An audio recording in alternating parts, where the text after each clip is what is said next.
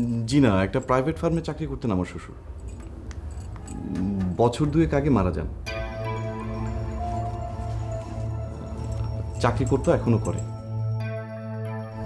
ভালো তো বটেই, একজন তো আমার ঘরেই। অসুবিধা নেই, আমরা প্রস্তুত। ছবি দেখে পছন্দ হলে কি হয়, বাসায় আসুন, সামনাসামনি কথা বলি, তারপর না হয়। ও, ফুপি যোগাযোগ করেছিলেন? আচ্ছা আচ্ছা, জি আচ্ছা আচ্ছা। ফুপি নাকি যোগাযোগ করেছিলেন? তাহলে তো আর কোনো সমস্যাই থাকলো না। এখন অনু আপার পছন্দ হলেই মিটে যায়। কি হলো, তুমি চুপ করে আছো কেন? না, এই তো একটু চিন্তা করছি আর কি। মাকে তাড়াতাড়ি ফোন দাও, বিষয়টা জানাও। আর অনু আপার সঙ্গে কথা বলো। দেখা দেখির পর্বটা আমাদের বাড়িতেও করতে পারো।